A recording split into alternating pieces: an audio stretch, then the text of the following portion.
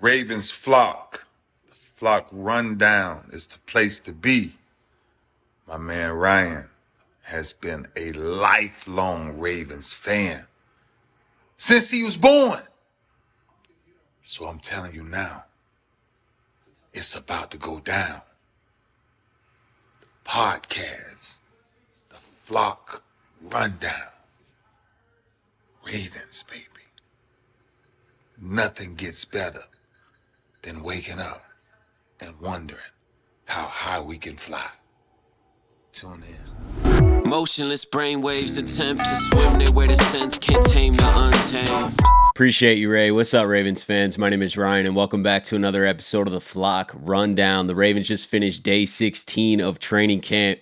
Back to practice. We got a lot to cover. There's a lot of injury updates. We had an injury scare at practice today, though. A little bit before practice ended, Kyle Hamilton went down with a lower leg injury. He was down for several minutes and then limped off with trainers. So obviously fear just struck immediately when that news came out. Everyone was kind of panicking for about 30 minutes, and then Harbaugh came on and said his leg looks stable and that Kyle Hamilton's fine. Looks stable, looks good. Obviously we'll continue to do some tests tonight and tomorrow to make sure, but first indications are that he's fine.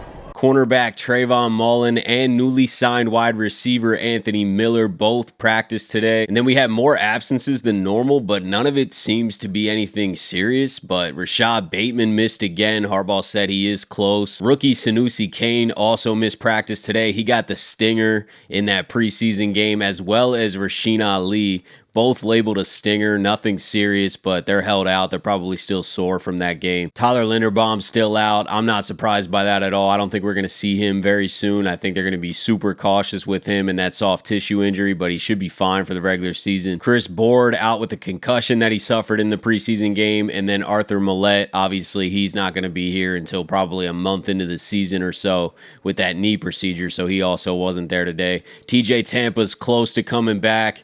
Rashod Bateman's close to coming back. And then Nate Wiggins also missed practice with that shoulder injury, but we got some incredible news. There was a lot of fear after he couldn't move his arm, and there were no updates right after the game. Harbaugh kind of left it till the next day, so that's always concerning because usually if it's nothing, you can come out right away and be like, we're still looking at it, but he should be good.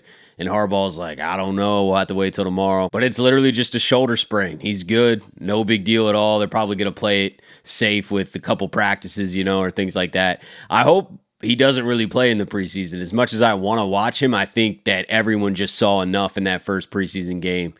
And now that he got banged up a little bit, let's just rest him. He can come back to practice, but I would not play him in the preseason game. I think Nate Wiggins is 100% ready for week one. He'll be there week one. There's no concern. Harbaugh said it's the same injury that he sustained himself last week when he was diving, when they were spraying him with the hose and he was diving for the football. He kind of got a shoulder sprain. Wiggins is not a serious injury. Has the same one that I got last week on the water slide deal. Look at my movement. I would have backed it for the game, so I think we're good. Harbaugh said Rashod Bateman is close to returning. Hopefully that's any day now. I mean, we need him back out there. He needs to be building chemistry with Lamar. I did not think that this injury would still keep him out. It just seems like there's always a little something every year, Hopefully he gets back and stays healthy, but I think that's a big ask, It's really kind of stressing me out. I think I'm flipping to the we're too thin at wide receiver crowd. I really don't.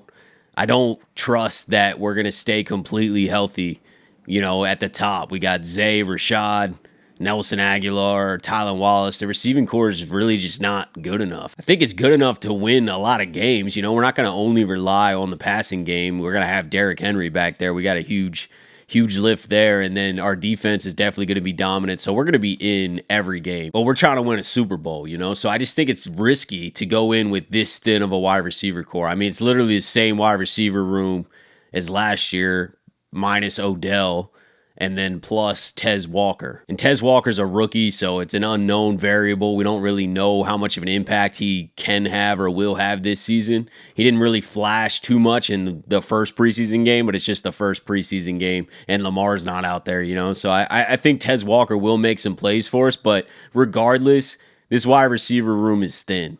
I think that's why they're signing Russell Gage, Anthony Miller, just bringing in competition, hoping somebody really steps up. But I mean, there's a reason those guys are still out there. You know, you're not really going to find a top level receiver, at least for cheap. You can always go make a trade, but you better clear the cap room for it because wide receiver market's insane. Even if you go grab a guy like Cortland Sutton, it's just the first thing that comes to mind because he's probably available. He's still got a bigger cap hit than any wide receiver on our team. So we're going to have to clear some money if we want to make a bold trade like that. I'd be down to do it. I think our wide receiver room is just risky, man. I mean, if Bateman has a fully healthy season and only misses a game or two and Zay doesn't get hurt and we still have Aguilar and Tylan Wallace, you know, we might be able to battle through it. I think Bateman definitely has the talent if he can stay out there. It's just the fact that he's already banged up.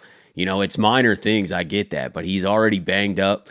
And it just opens my mind to be like, he can't really be in and out of this lineup throughout this season. We can't afford that to happen, or it's going to be Zay Flowers and Nelson Aguilar. And Nelson's solid. I love him as wide receiver 3, wide receiver 4. I think he's fast, intelligent, great route runner. I really think he brings a lot of value to this team, but he can't be your wide receiver 2. He's not really like a consistent go-to guy game after game, and he's getting older himself. You never know when that injury's coming, so I feel like another move at wide receiver may be necessary unless they just are really rolling the dice that everyone's going to stay healthy. I think the only way we survive that situation is if there are no wide receiver injuries all year. I don't know, man. It's got me stressing a little bit that Bateman's still not back, and I really don't trust this wide receiver room to stay healthy and all produce at a high level for Lamar to excel and get this offense over the hump to win a Super Bowl. But we'll see. Speaking of Lamar, he threw an early interception to Kyle Hamilton in practice, but other than that, dude was locked in. The deep ball was firing today. He hit Nelson Aguilar on 2 deep bombs.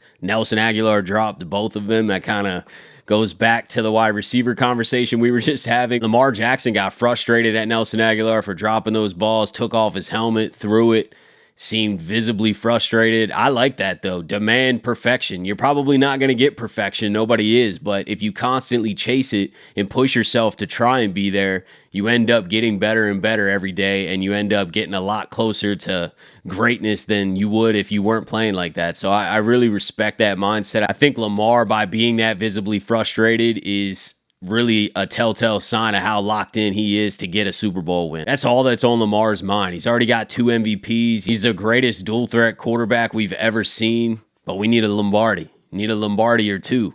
If that's the case, slam dunk Hall of Famer. He's probably going to make the Hall of Fame anyway, but it wouldn't even be a debate, man. And this guy would have a statue outside one day. Lamar also threw another touchdown to Zay, and I would say Zay is the receiver that I have the most confidence in out of the whole group, especially him and Lamar's connection. And then also Lamar with Mark Andrews and Isaiah Likely hitting these tight ends. Isaiah Likely had another huge day. I really believe he's the star of camp so far. I know it's still kind of early. It's a couple weeks left, but Isaiah Likely just stacking days, making play after play, day after day. Had a one-hand snag today. Kind of reminds me of his one-hand snag on that 4th down conversion against Miami late in the season last year where he took it to the house right before halftime.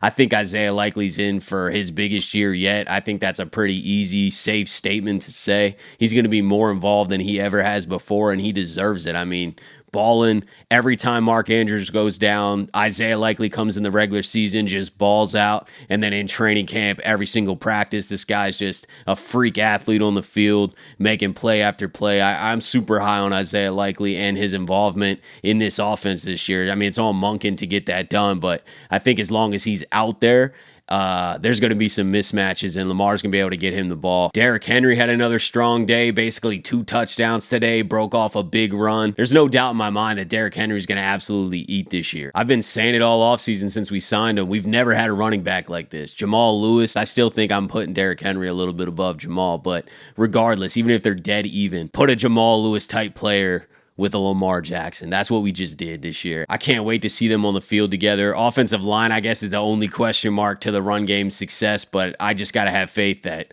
the offensive line is going to continue to open holes. They didn't look that bad in the preseason game. I rewatched a lot of the tape I really didn't think it was that awful. I thought Roger Rosengarten and Macari looked good. Ben Cleveland looked solid at center. I'd like to just move him over to right guard and let's let him start there and really see what we got, because I feel like that's where he's going to fill in. He's not going to play center.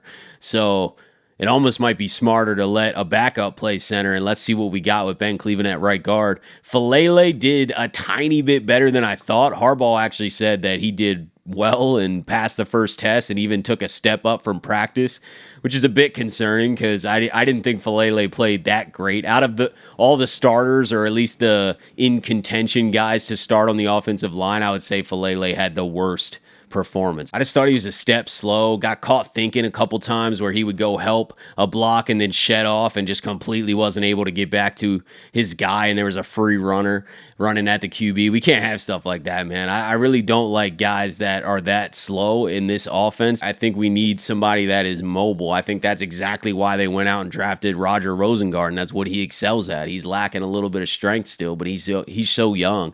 I'm not worried about Roger. I think the whole line's kind of set, actually, besides the right guard. And it might end up being Ben Cleveland, or it might end up being somebody that's not on the roster. I'm not sure yet. I would say Ben Cleveland is the leader of that room right now. And I didn't feel confident saying that a week ago. But he's earned quite a bit of respect. And he seems to do that when the games come around. I don't know if he just doesn't practice super hard. He's not earning the job in practice. That's a fact. But in the games, he's never really looked that bad. I mean, there's definitely been some moments, but I feel like he's pretty solid. He's consistent in the games. I never really look at the game tape and be like, oh man, Ben Cleveland has no chance to succeed here. At this point, I got more confidence in our offensive line this season than I do the wide receiver room as a whole. That's just me, and that's just right now. My opinion is always subject to change. If somebody goes out there and balls, or Bateman's fully healthy and doesn't miss for a few months, you know what I mean? Like, I need to see something, then my confidence can come back, and I can feel a lot different about it. But I just feel like we're pretty thin at wide receiver, and we don't want to be in a situation where we're having to use our third, fourth, fifth guy. But we'll see how it all plays out. We got plenty of time. I'm not freaking out yet. Actually, I'm feeling really good after that Kyle Hamilton and Nate Wiggins news came out that they're both good. They'll both be ready for week 1. I don't even think they're going to miss a ton of practice time. Just hold them out of the preseason. Neither of them need to play. But that's it for today. I appreciate you guys, as always, for tuning in to another episode of the Flock Rundown. Have a beautiful rest of your day, and I'll talk to you guys soon. Motionless brainwaves attempt to swim there where the sense can't tame the untamed.